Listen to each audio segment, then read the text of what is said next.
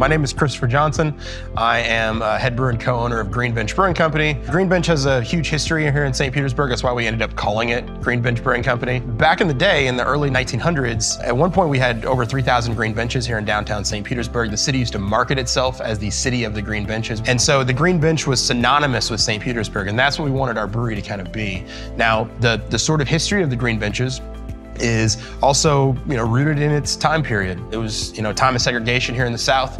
It was an unwritten rule that African Americans weren't allowed to sit on those green benches. And so understanding this complicated history, it was our goal to, number one, tell that story, to make sure that we were communicating, an understanding of where we were, where we are, and it's kind of where we can go from here. It's important to always remember those histories so that we can never forget them and be sure to appreciate the amazing community that we currently have. We're pretty unique in the beers that we make.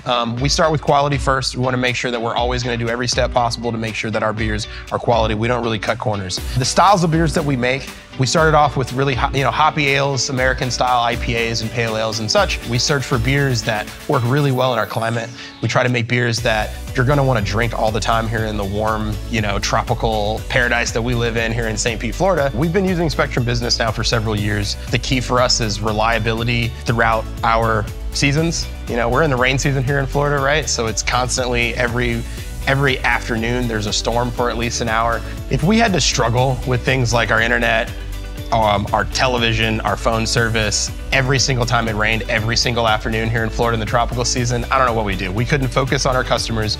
Our POS system would be down. We wouldn't be able to ring anyone out. It would be absolute chaos. And we'd have everyone stuck in here because it's raining outside and we couldn't do anything. Could you imagine having like 90 to 150 people crammed in a room, upset that it's raining outside and they can't leave, and they also can't buy a beer? That would be, also they can't watch the game. It would be like a disaster. We'd have a riot. There's no way we could do it. Spectrum Business is extremely important to us. Without its reliability, there's no way we'd be able to service our customers as efficiently as we can. We wouldn't be able to handle the crowds that we do. Day to day, all small businesses are going to face challenges. I think the key to success is understanding your market. It's understanding where you live. It's understanding how to connect to the people around you. At the end of the day, as long as everything you do is based on a commitment that you have to your community, then you'll usually make the right decision. As long as it's very important to you about the experience that your customers are going to have, it's very difficult to make terrible decisions as long as you're making sure that they're the most important thing.